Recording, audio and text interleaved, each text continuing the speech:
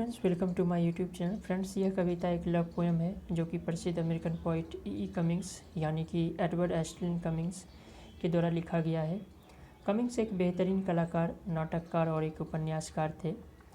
इस कविता को 1952 में पब्लिश किया गया था। यह कविता प्यार के सच्चे भाव को दिखाता है। पोइट ने अपने बिलव्ड के प्रति यानी कि अपने लवर के प्रति अपना तीक्ष्ण और डीपेस्ट लव को व्यक्त किया है। इस पूरे कविता में पोइट ने लव के अलावे किसी और चीज़ के बारे में वो बात नहीं करते हैं। चूँकि कविता के टाइटल से ही स्पष्ट है कि कवि अपने लवर के हार्ट को अपने में समाये हैं और कहते हैं चाहे वो कुछ भी करे या कहीं भी जाए, वो अपने लवर के ही बारे में सोचते हैं। अपने लवर के प्रेजेंस को हमेशा वो महसूस करते हैं। पोइट ने अपने प्यार का कंपैरिजन सन मून से करते हैं, यह कहते हुए कि उसके लवर का प्यार पोइट के जीवन के लिए उजाला के समान है, उसके लिए एक सेटिस्फैक्शन है।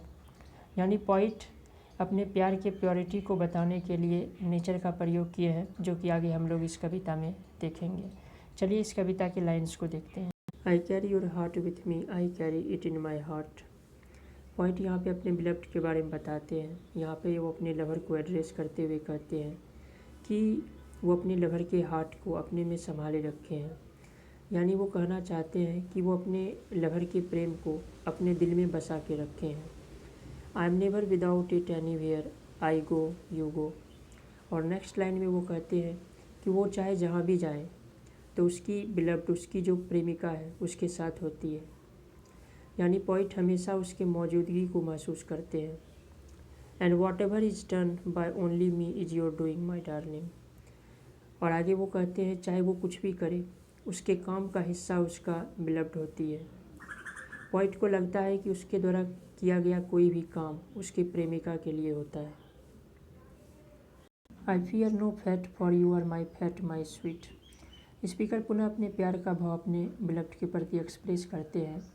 वो कहते हैं कि उसे जीवन में कोई भय नहीं है, यहाँ तक कि वो अपने तकदीर से, अपने भाग से भी नहीं डरे हैं।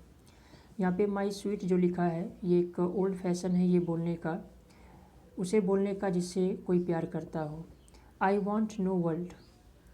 और अगले लाइन में स्पीकर कहते हैं कि इस संसार के या इसके सुखों को वो नहीं चाहते हैं, क्योंकि उसका संसार उसका प्रेमिका है, उसका बिलव्ड है।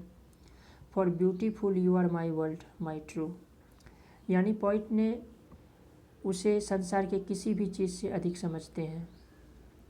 And it's you are whatever a moon has always meant. Poet यहाँ पे मून के बारे में बात करते हैं और कहते हैं कि यह मायने नहीं रखता है कि मून का क्या मतलब होता है या मून लवर के जीवन में किस चीज़ का प्रतीक है। उसके लिए जो मायने रखता है उसका वो प्रेमिका है। And whatever a sun will always sing is you.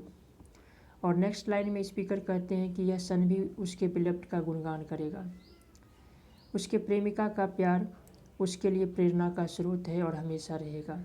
Here is the deepest secret nobody knows. यहाँ पे स्पीकर सबसे बड़े सच के बारे में बात करते हैं, वैसा सच जो किसी को पता नहीं है।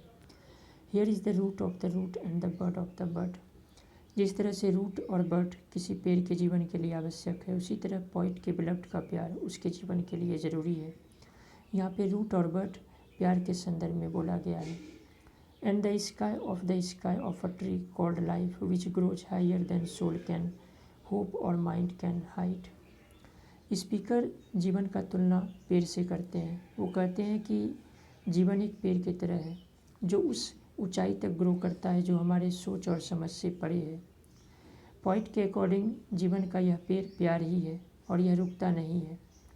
यह असीमित ऊंचाई तक ग्रो करते रहता है, क्योंकि इसका फाउंडेशन, इसका जो बुनियाद है वो प्यार है। किसी व्यक्ति का सोल, उसका आत्मा और उसका दिमाग बिना प्यार को समझे इस यूनिवर्स को भी नहीं समझ सकता है। And this is the wonder that is keeping the stars apart. Speaker universe के सबसे बड़े और डीपेस्ट सीक्रेट को बताते हुए कहते हैं कि प्यार ही जीवन को सार्थक बनाता है। जिस तरह से जीवन और प्रकृति अनंत रूप से बढ़ते रहता है, वैसा ही प्यार पोइट का है। उसका प्यार एक मिस्ट्री है, एक रहस्य है जो कोई सुलझा नहीं सकता है। I carry your heart, I carry it in my heart. Poet कविता का अंत उसी तरह से करते हैं जैसे वह शुरुआत किए थे। आई होप यह कविता आप लोगों को समझ में आई होगी। So thanks for watching.